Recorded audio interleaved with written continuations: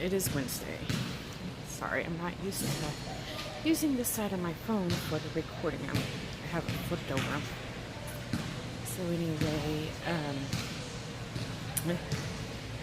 it's Wednesday, and I lost a half a pound this week. Well, 0.6, so just a little bit over half a pound. Whoops. Almost tripped there. And so I'm so very happy about that loss. And so good, because I really thought I had gained. Although today I'm not feeling too good. Haven't really been able to eat since breakfast, except for a peanut butter cookie that the kids made. They had a lemonade stand today, and they sold lemonade and peanut butter cookies. And yes, I had one of them, but only one. And they sold quite a few. They didn't sell all of their stuff. They sold most of the lemonade, though. We didn't make a whole lot of lemonade because it was just spontaneous. So, they sold about 8 or 10 cups of lemonade, and just small cups. They were like 6 or 8 ounce cups. And, so they sold like, I think it was 8, but it could have been 10. I know we used all of one package of cups and opened another package, but they also used 2 cups to drink some lemonade themselves. Yes. So, they did that. And, let me see. Okay. Everything's backwards because I have the phone upside down because I thought that the phone was charging today, and then I went to go on this walk and it was at 26%. So, it's charging in my little portable charger right now. And for the cord to not be in this video, I had to put it in my pocket and put the phone upside down. So anyway, so I'm not used to looking at this side of the phone when I do this. But anyway, so I just haven't been feeling good. They sold several, like I said, several cups of lemonade, and and let's see, they sold several cups of lemonade, and then I think they sold about 10 cookies too. But most people paid a lot more than what the kids were asking. We were only selling this stuff for 25 cents each, but most people paid at least double that. But we tried to get them to take some more cookies, but they wouldn't. They were like, no, they can keep it. But anyway, I keep almost tripping for some reason. Well, these shoes are weird. They are loose. They're sandals from Sam's. They're Born, I think. And the toe box is really loose, but the part that goes over where the arches is really tighter. Now, if I went a size down, then that part was too tight. And then this size that I'm wearing is really loose by the toe box. So it's like they kind of flop around at the front, but they're tight near the ankle. So I don't know. I probably needed like a half a size, and Sam's didn't sell half sizes. So probably needed the 7.5 instead of the 8, but oh well. And I'm used to, I know Born is supposed to be a pretty good quality shoe. I'm used to just slightly higher quality shoes. So I really like SAS, and I really like SAS is probably my favorite, and Dansko. I love Dansko is from Denmark, and their shoes from Denmark are awesome. And I love German brands. Oh my goodness. Some of the German shoes are just amazing. I love them too. But SAS is actually made in San Antonio, here in America. And they're pretty good. I like them a lot. See, I keep stumbling though. So, And as I'm losing weight, my feet are kind of losing weight too, so it's weird. But anyway, and I can't feel my legs really well because of previous back surgeries, so that doesn't help either. I really, really do like SAS a lot. The Unskill I usually have to buy off of the outlet website. Now, we used to have a store that sold Dansko and Gabor. Gabor is a German brand. I love Gabor shoes. And SAS. But it was such a weird store. It was a really good store as far as what they offered and what they sold. They sold everything. They sold really good, high quality children's shoes too. And then that's where my mom always got my shoes growing up, because I was allergic to so many things. I had to go there to get my shoes, because when I was about 5 or 6, like first grade, around first grade, kindergarten or first grade, jellies were all the rage. Now, I don't know what jellies were made out of, if it was silicone or plastic or what, but they felt kind of like silicone. And oh man, all the kids had a pair of jellies. Well, all the girls had a pair of jellies. And I had pink sparkly jellies. And one day I had to wear something not my jellies. I can't remember. Maybe winter had came or something. Or maybe it was just cold that day. And I did not know how to tie my shoes yet. So I must have been kindergarten. It's like 5. And my stepfather was tying my shoes. Well, he was going to tie my shoes. He was putting on my shoes. And then he was going to tie them, because I can't tie yet. And they don't close till 9:30, but it's 8 o'clock now, and we are getting the lights turned out. And I see it is the girl that I was telling you about that did it again. It's another hour and a half before it closes. I don't understand this. But anyway, so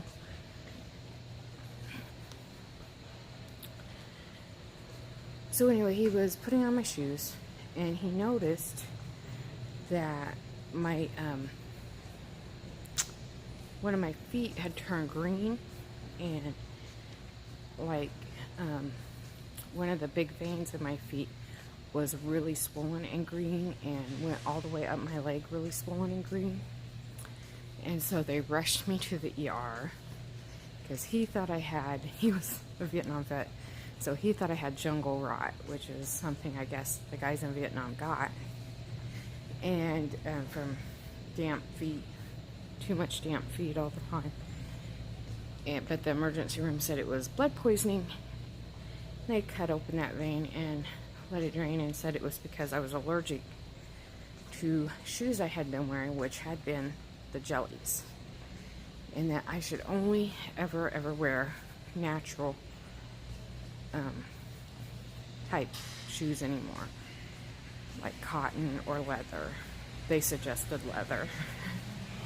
So after that, we had to start going to the store, special store that sold higher end shoes, because back then there wasn't.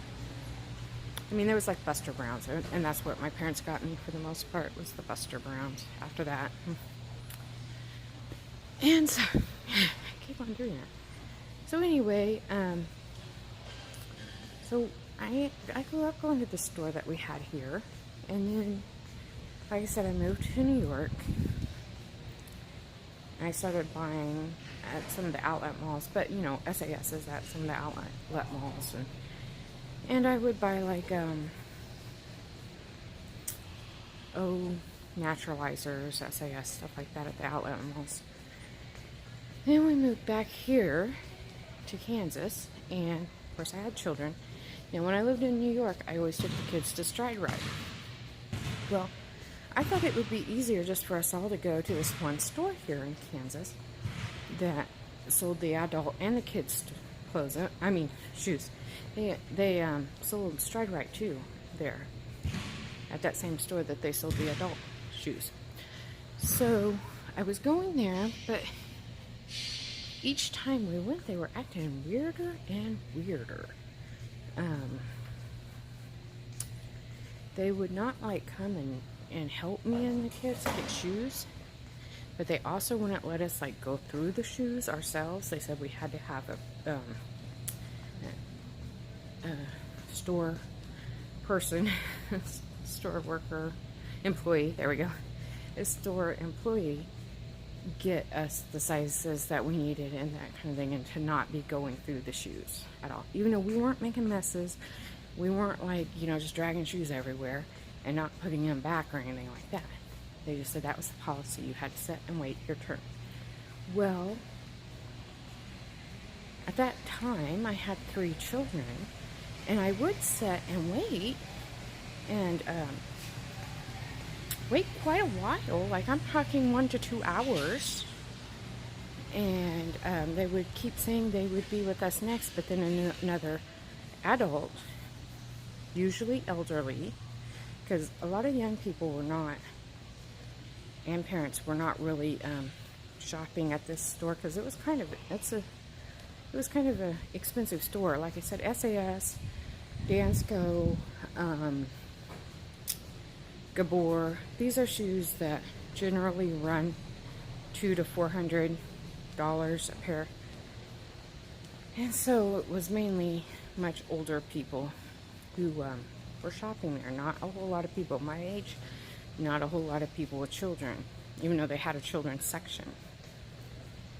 And they would just keep waiting on these newer customers who were coming in after us, and kept saying we had to wait. And then they would get upset after 2 or 3 hours when my children would start getting, at that point, my children would start getting a little cranky, because my children were not allowed to like walk around the store. I mean, that was per the employees. They said they had to sit in that children's area. They could not walk around even the children's area. They had to sit there and wait.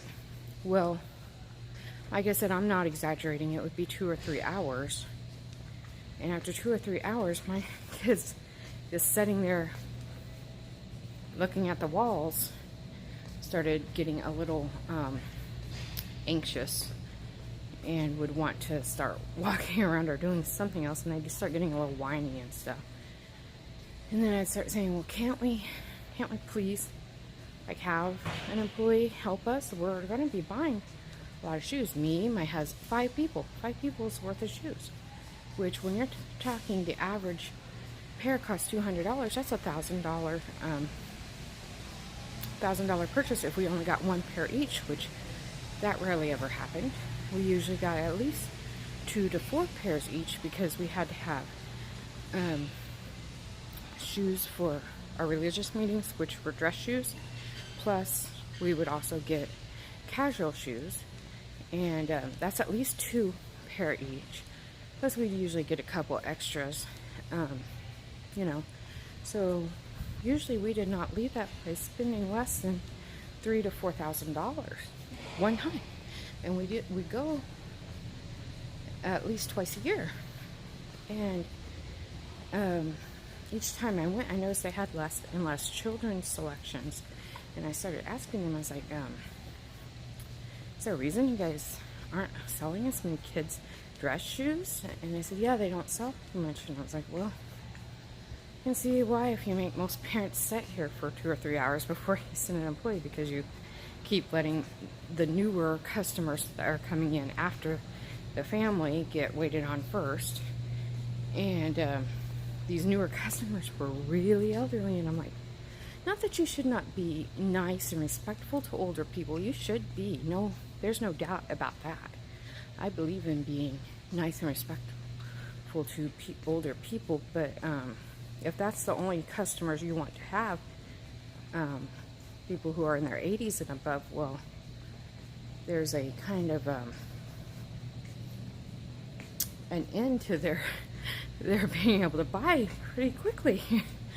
Not to sound mean, but you know. And so eventually they had 4 stores here in our area, but eventually they all went out of business because of, I can imagine that was because of their business practices. We got to the point where there was only one employee who would ever even help us at all. And it was only after he was done with all the other customers in the store. The other employees would only help the older women and would never help us. They'd say that we had to wait on this one male employee who, it didn't matter which location we went to, he seemed to be at all of them. And it was only him that would help us at all. And even him sometimes would get a little persnickety, which wasn't, I mean, we were still buying from them because they were the only local place that sold the brands that we like. So we were still buying, but like, okay, my oldest has some sensitivities, and I understand because I do too. We don't like just any shoe. We have high arches, and apparently short toes. According to one of my aunts who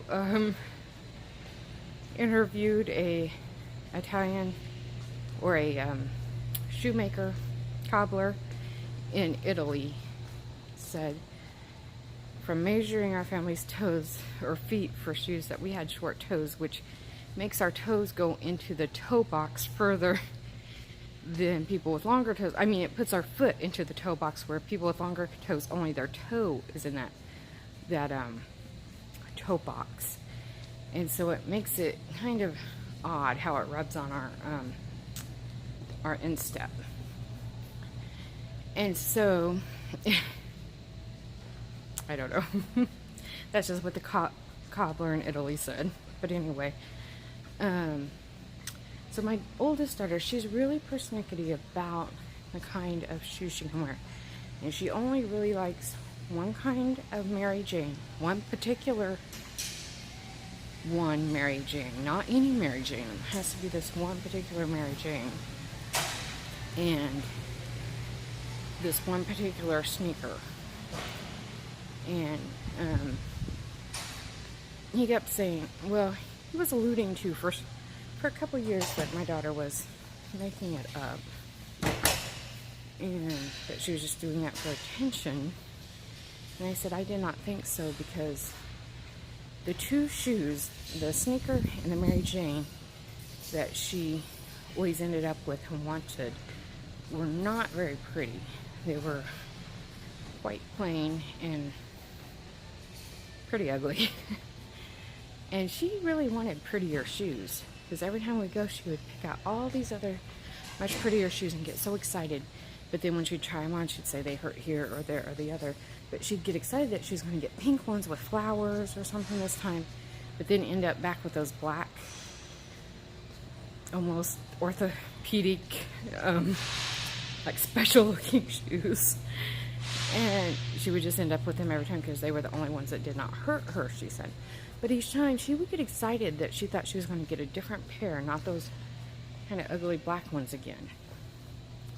And she would try on several different kinds that she thought was cute, and then each one just hurt her.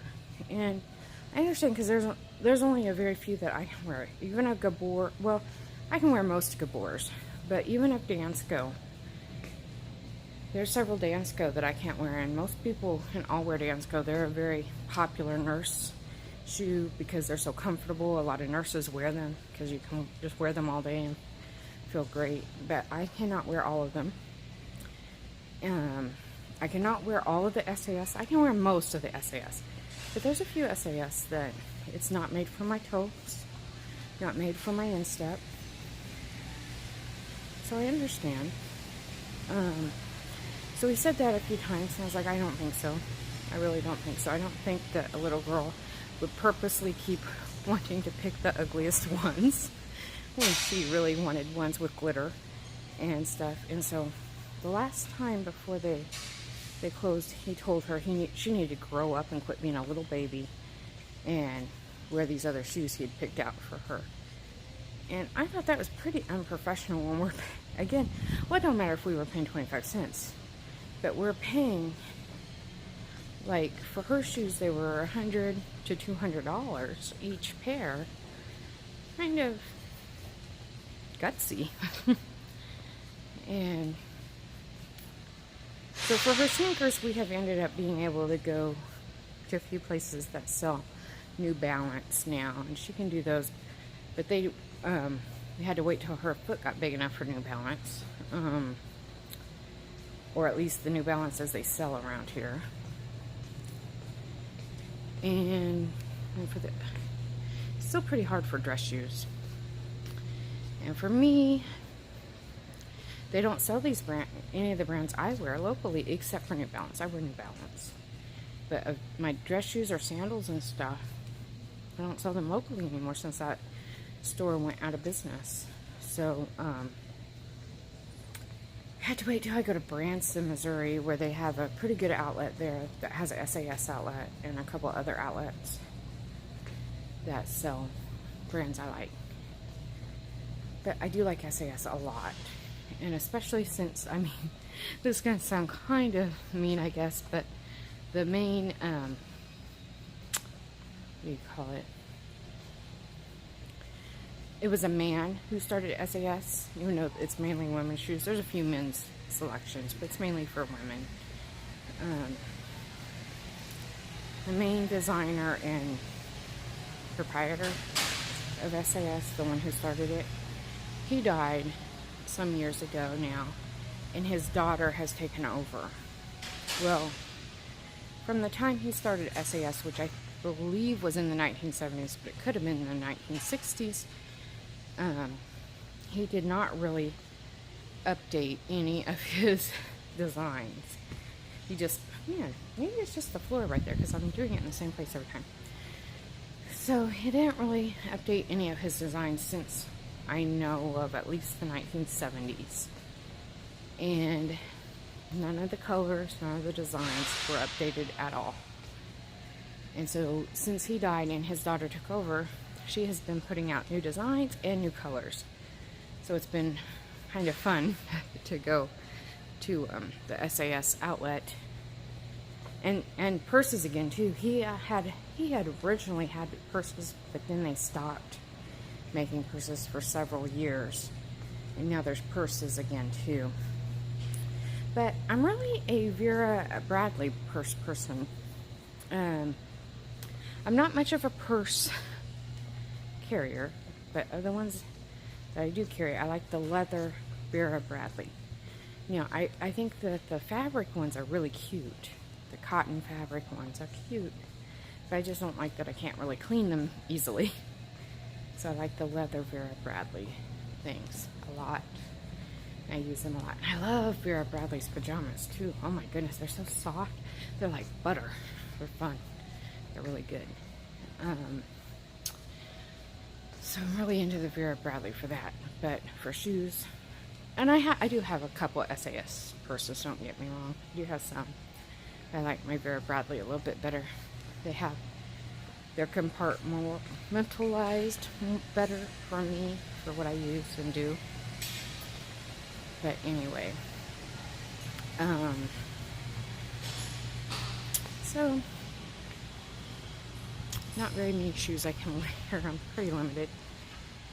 And I'm really looking forward to going to Branson this year and seeing what I'm going to get to add to my shoes this year.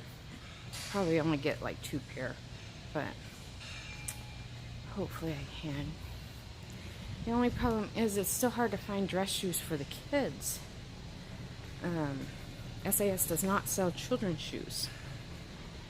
And I went to the other larger shoe stores that are around, and it's just not very good quality, and my kids don't really care for them too much. Like I said, especially my oldest, they seem to all hurt her feet. And it's hard to mail order when you're not for sure how that will work, but we're thinking about starting to use Zappos more. I do have several shoes though right now for them that I had just stockpiled from the other store that closed. When they were closing, I just bought a bunch and all the sizes of those one particular styles that she could definitely wear without hurting. I just bought them all in all the sizes. And so, but we're at the brink of her not being able to wear those anymore. I mean, we're at the top size. So after this year, I don't know what we will do. Hopefully soon she will be into SAS size or something where she can just go directly to those. Or JCPenney's has some shoes in women's that are not too bad. Like they usually sell the Naturalizer and Soft. I like Soft, S-O-F-F-T, 2 F's. They have some good ones for dress shoes. But sneakers at least are easy. New Balance, I can get them at Kohl's or some of the others. But the hard part is the babies. And we don't have any Stride Rights left either anymore that I know of. So I tried to get them just some like knockoff Keds at Walmart, and they didn't last a week. Like the sole thing, or not the sole, the rubber that kept the shoe together came off in a week. So, I don't know. People, it seems like, mainly just puts their kids in flip-flops today. And I'm not judging anybody who does. Do not get me wrong. I understand. That's what is available the most out there. But my mom never let me wear flip-flops. And, I mean, except for like at the pool or something. At the lake or something. And I personally don't let my kids because they're just so prone to accidents. With their toes being out. Somebody gave my oldest a pair of flip-flops and she was just so excited. And I kept trying to get her not to wear them because I was worried. And sure enough, the first day she wore them, she stubbed her toe really badly into some concrete steps. And same thing happened to my son. Kept trying to get him not to wear them. He found a pair, started wearing them. Terrible, terrible stubbed toe.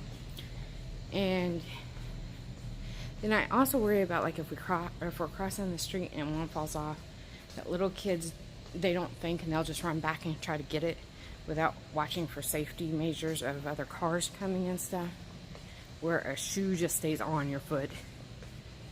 So I kind of don't want them wearing flip-flops. But like I said, I don't judge other parents who allow that. That's fine, you know. Everybody's got to do what works for them and their family. It just makes it hard to find regular shoes now for kids because almost everybody, at least in my area, it seems like almost everybody just uses flip-flops. But my husband found a Skechers outlet here locally that we may go look at. I don't know. I know a lot of people do like Skechers. We're just kind of, we are very partial to our New Balance. So, don't know. And also, for sandals, we do like those caged in sandals for like the pool and stuff. Trying to think of what they're called. Starts with a K. It's not Keds. It's something Keens. Yeah, our kids really like the Keens. Now for me, I like more like Rockport or something. But even those, even our backpacking stores have all went out of business. There was a backpacking store here that was here ever since I was little bitty. Grew up going there all my life, and literally the last time my sister-in-law was in town, her and I was going to go there. I needed some things there. She was going to get some gifts from my brother. He's deployed at the time, and she was going to get some surprise gifts for him when he came back. And we went there and they were closed. And I wanted to cry. I had went to backwoods my whole life growing up. That's where we bought all our tents, our backpacks, sleeping bags, coolers. Everything was from backwoods. And they don't sell like, well, I don't think I'm judging anybody who uses Walmart camping supplies. You got to do what works for your family. But we're very outdoorsy people, and the Walmart stuff, if you don't go backpacking or camping very often, that's probably fine and great. But if you go a lot, then it wears out really quickly, and then you're just out more money having to replace it all the time. So we like the higher end backpacking stuff from like backwoods, and my dad said that they got too many investors and then just couldn't keep up or something. I don't know. I don't really understand. It was around for over 40 years, so I think even longer than that, but at least 40 years, and they're just gone. So now the only place to get high-end camping and backpacking stuff here in our area is Cabela's. And well, Cabela's is not a bad place. It's fine. It's a big box store, and their employees are hit and miss. I'm sure there are some that are outdoorsy type people and use the equipment and things that they sell. But for the most part, they just hire anybody who comes in with a, trying to get a job. Where like at Backwoods, it was more of a family place that only people who really were into backpacking and camping usually tried to work at. And so usually you could say, have you used this sleeping bag? Does it really work when it's 20 below zero? Or are you going to be freezing to death even though it's a negative 60-degree bag? Now you got to know the temperature of the bag. You have to take at least 20 degrees higher. Like, I mean, if it's a 40-degree bag, you're not really going to be warm when it's 40 degrees. You'll probably be warm up to around 60 degrees outside. And so a 0-degree bag, you're going to be warm up to about 20 degrees outside. If you get a negative 60-degree bag, you should be warm up to around negative 40 degrees with it alone.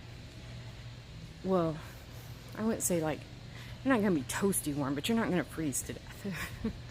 You'll be toasty warm if you have a negative 60-degree bag and add a bivvy or a sleeve to your back.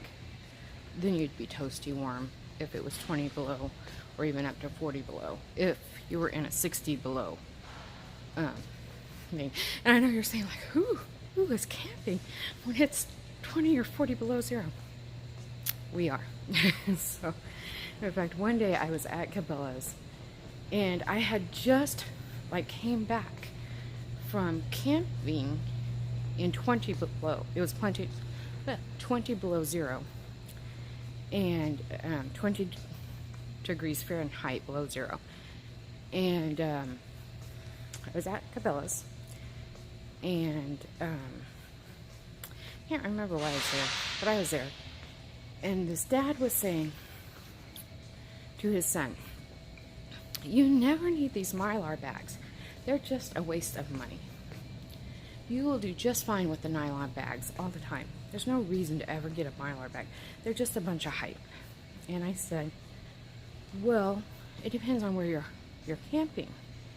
Now, I meant like what climate you were camping in. But the dad sarcastically said, outside, of course. Like, I just left him to it because he said it so rudely, and I had not said it rudely. I just said it kind of, as informative. And, but if you're outside in a nylon bag and it's 20 below zero, you would not wake up in the morning, okay? That's just being honest. You can't do that. I was in a 0-degree bag that particular camping trip, but I had a bivy, which brings up the temperature at least 20 degrees. And I was inside a tent, which helps somewhat.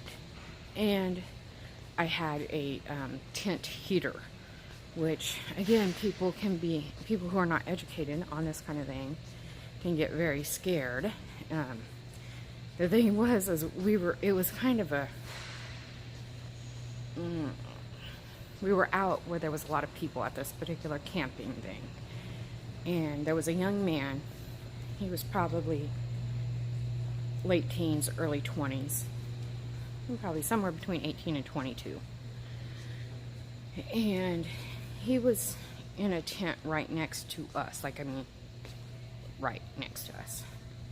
His tent did not even have a rain guard.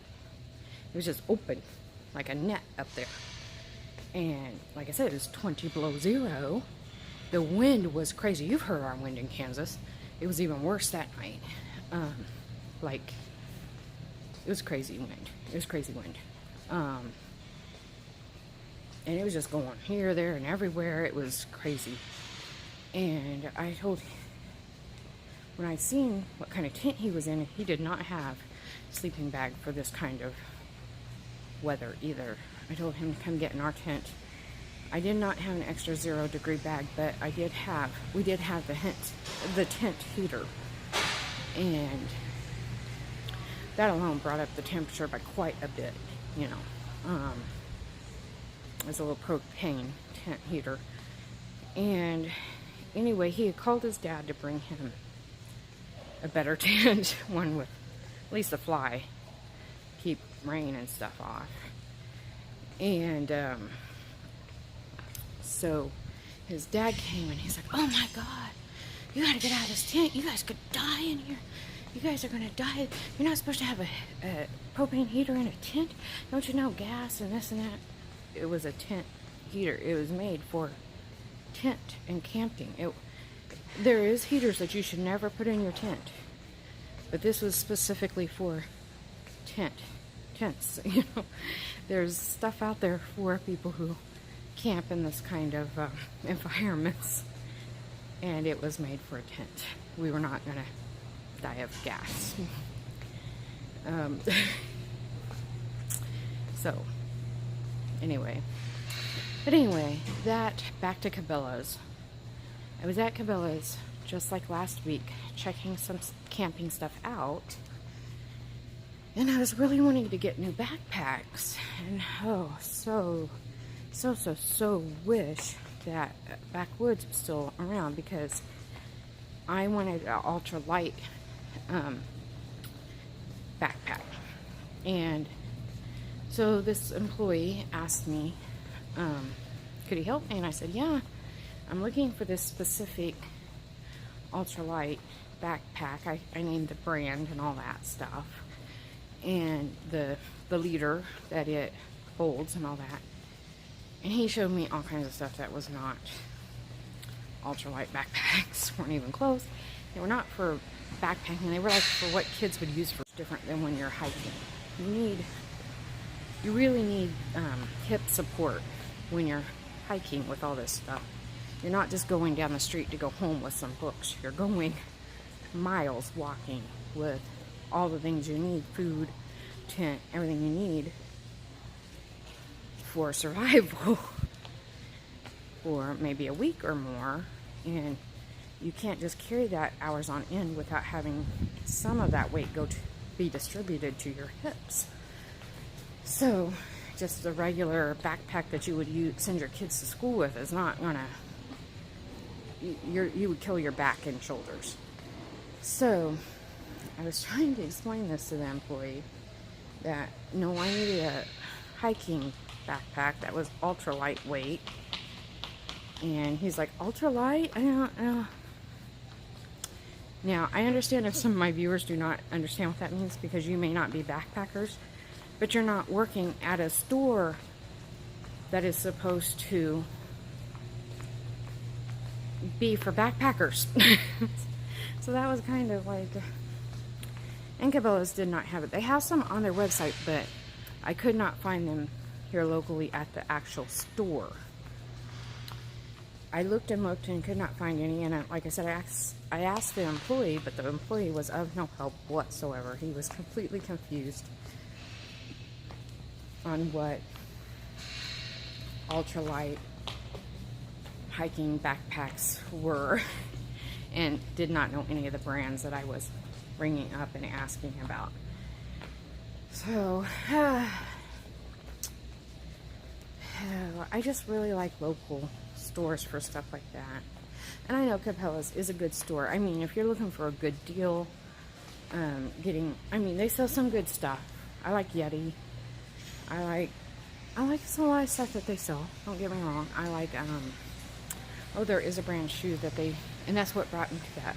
That'd be someplace like I'd probably find the Rockports. Also the brand of shoe I like to get my son, but I can't think of it right now. It starts with an M. I keep wanting to say Mitchell, but that's not it. But, anyway.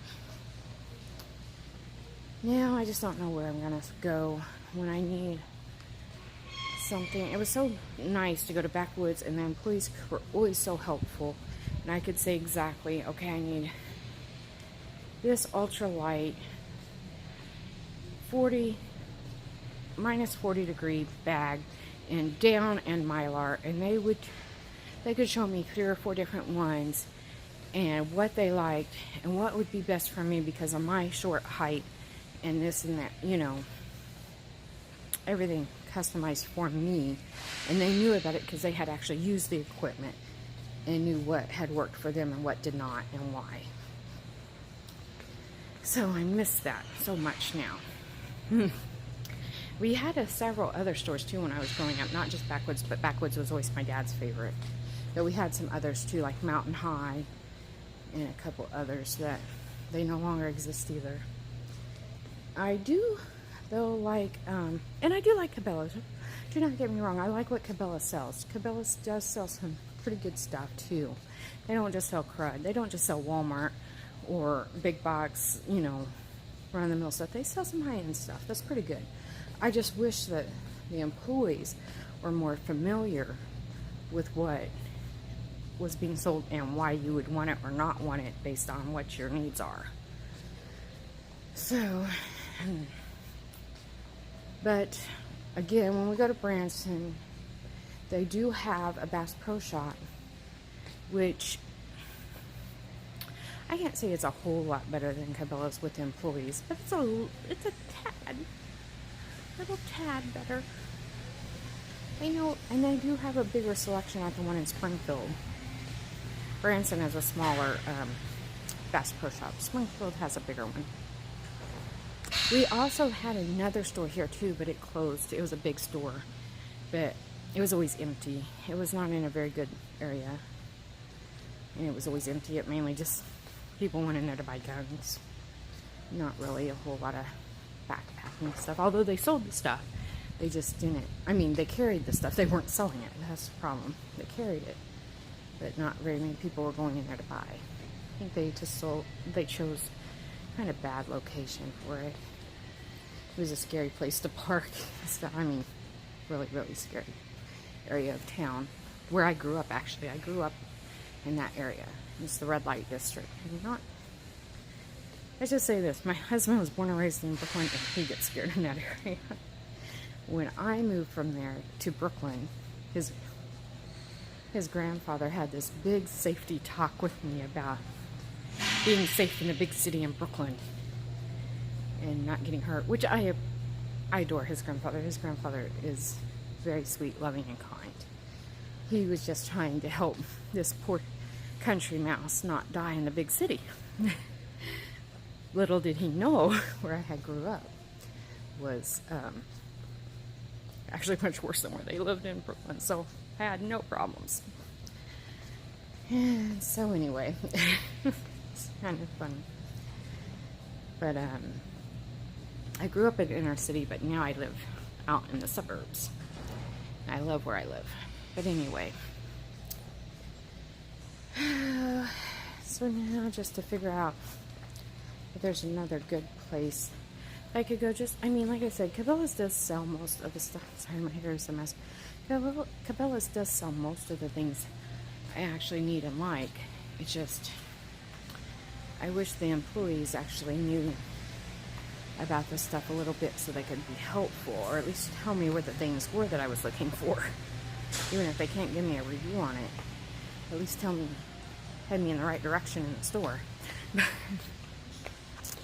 I guess not. I'm just gonna wait until I go to Branson, I guess, and then I'll go up to Springfield and check out the Bass Pro Shop there, and hope that I can get the new hiking bags we need.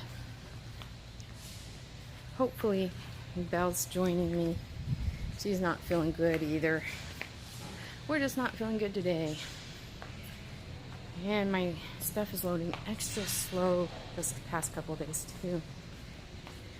So anyway, I don't know what I'm gonna eat for dinner. I have not eaten, even though it's pretty late. I haven't eaten really since breakfast, except for that one peanut butter cookie. Just not feeling too good, so I just don't know. My tummy's just not in it today. So, and I'm not even walking that fast either today, so I don't know. But what do you guys like to do for recreation like that? Do you guys like to hike, canoe, kayak, camp? It's what I grew up doing a lot of. Mountain climbing, hiking, canoeing, kayaking, especially kayaking, and a lot of hiking and camping. And we just really enjoy that. Especially the hiking. I especially enjoy hiking. Hoping that I get where I can do that hike in the cave at Silver Dollar City really too, because that is such a big hike. Lots and lots of stairs.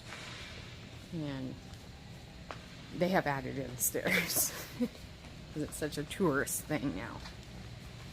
Although, growing up, we loved to go spelunking too, which is going into just different caves. And not touristy ones. We went to some touristy ones. But we also just went, by ourselves too. We went to Devil's Den. We went to all these other little caves that my dad found around Whitaker's Peak. Which Whitaker's Peak is in Arkansas. It is the most photographed place in the United States. It has been photographed more than any other area in the United States, mainly for advertisements. But that's what it's known for. And my dad used to like to take us there. It's a big peak that jets out over, I think it's the Buffalo River, but I'm not exactly sure. I just know how to get there. But we'd hike up to there a lot. Big little rock bluff. There we go. It's a big bluff. And so we like going there. We did some caves all over New Mexico and Colorado when I was growing up. Oh, we loved. Well, one of my favorites that I really hope I can take the kids to is the cave dwellings in the southwest. It's just so neat and fun. Oh, going on those hikes. Some of those I only went with my dad alone. It was just me and my dad because I'm the oldest. I've told you a few times that I'm the oldest of all my siblings. And some of those hikes had such narrow paths that just dropped off the side of the mountain, like the cliff dwelling homes of the Native Americans, that they had age requirements to go on those hikes. And I was usually the only one old enough allowed to go. So my stepmother would stay with my younger siblings, and me and Dad would go on those cliff dwelling hikes. And those were so fun. And we got to get into some of those homes. I mean, they let us go inside some of those ancient homes. And they were just so neat. I'm hoping when my kids get old enough, I can take them too. My oldest is old enough to do them now. Quite possibly my second oldest, but I'm almost sure my two youngest, well, I know the baby wouldn't be allowed. And I'm not sure about my son, if he'd be allowed at this age yet or not to go on some of those. There's some that they can all go on, of course, but some of those where you get to actually get into the homes and go down those very narrow little paths on the cliff, those are just life-changing. Those experiences are just things that stick with you forever, and you just remember them forever and ever. Of course, doing them with my daddy, probably no doubt it has also its own special meaning. Because I just, like I said, I just love my daddy so much. He's probably, besides my husband and my children, my favorite person in the whole world is my daddy. So, all the fun things that he had me experience as a kid was just amazing. I got to have, there were some bad times in my childhood, not due to my parents whatsoever, due to outside people that were around our family, but not due to my parents. Not due to my parents. My parents were good, very good parents, and provided some amazing opportunities and amazing outings, amazing trips, amazing life experiences. There we go. Some very amazing life experiences all my growing up. Even as an adult, they've helped me have some pretty fun and amazing life experiences. They've always been very supportive of having just really enriching things in our lives, so, and experiences like that. The things that have formed who I am today. I will never, ever, ever forget my trip to Haiti. That's something that has been amazing. You know, I think Dr. Phillips says like there's 6 or 7 things that you can pinpoint that formed who you are as an adult in your childhood. And I had to say going to Haiti has to at least be one of those things. You can see devastation on TV. You can see those infomercials asking to sponsor a child, and your heart can be wrenched by what you see on the TV screen for those infomercials. But it is nothing in comparison to being there face to face with that kind of poverty and that kind of devastation.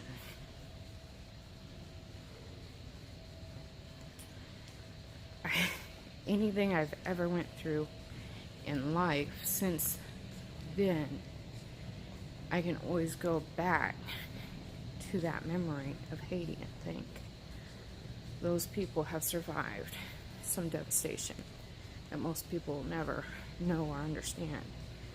And I can definitely survive this. This is small on the in comparison. So can never feel sorry for myself after that. I mean, we can't compare one another's pain. Everybody has their own pain in this life, don't get me wrong. But for me personally, I can always say that I've never had it that bad, personally, as the people that I met and seen face to face what they were dealing with there. So I can't feel sorry for myself after that. I just personally can't. So that was good for me.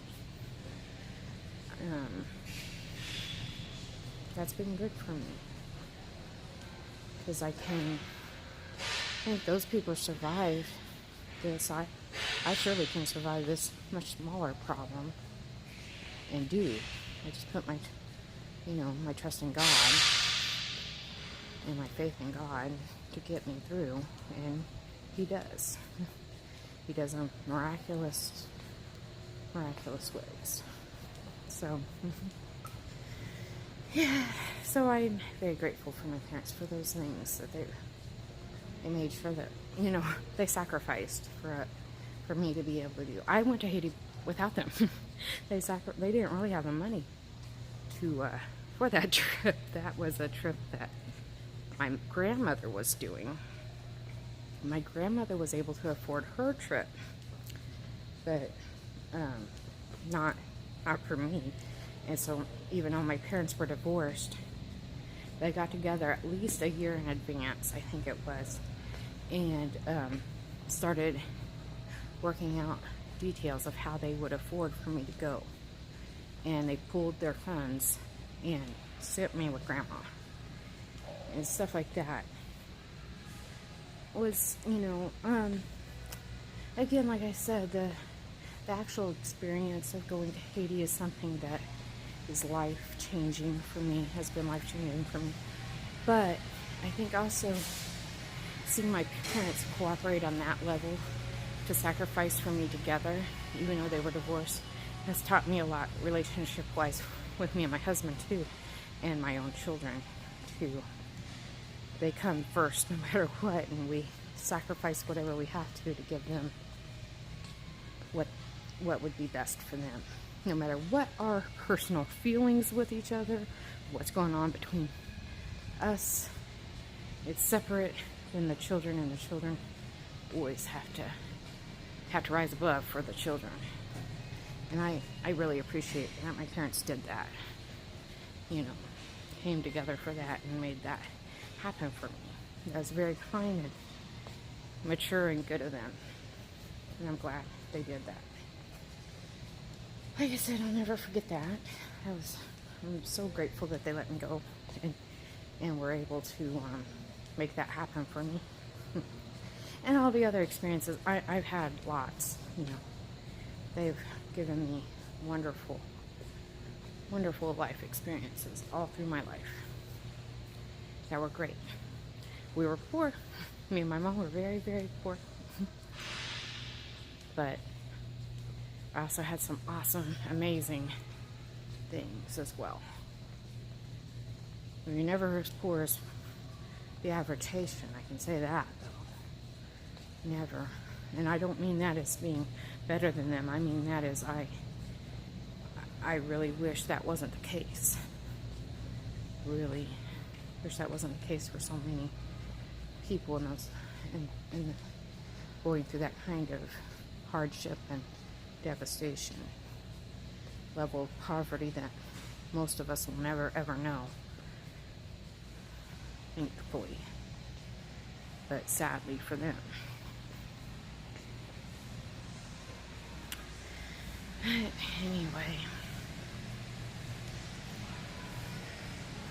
So, ooh, some people are working out down there doing squats.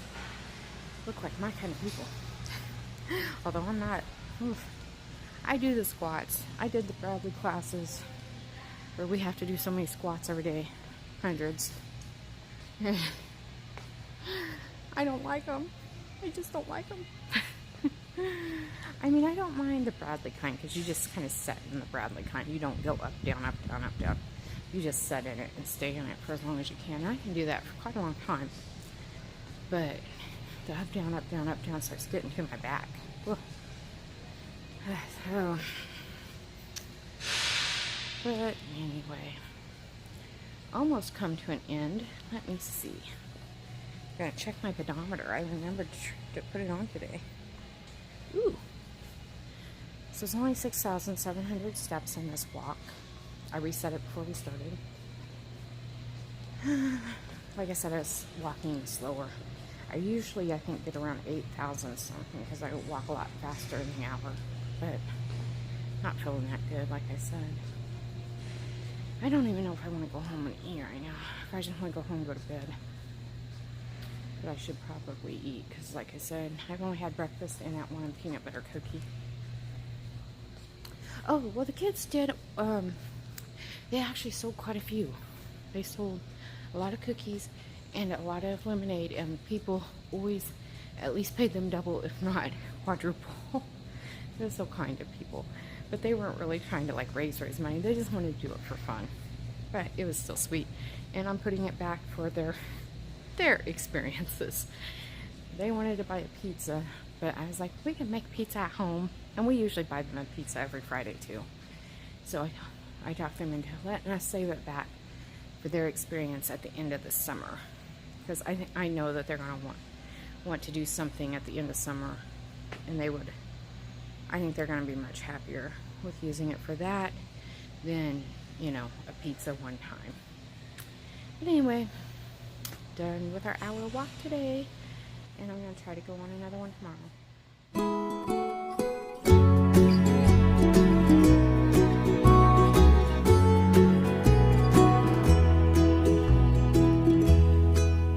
You can hear the songbirds singing, and you watch the clouds roll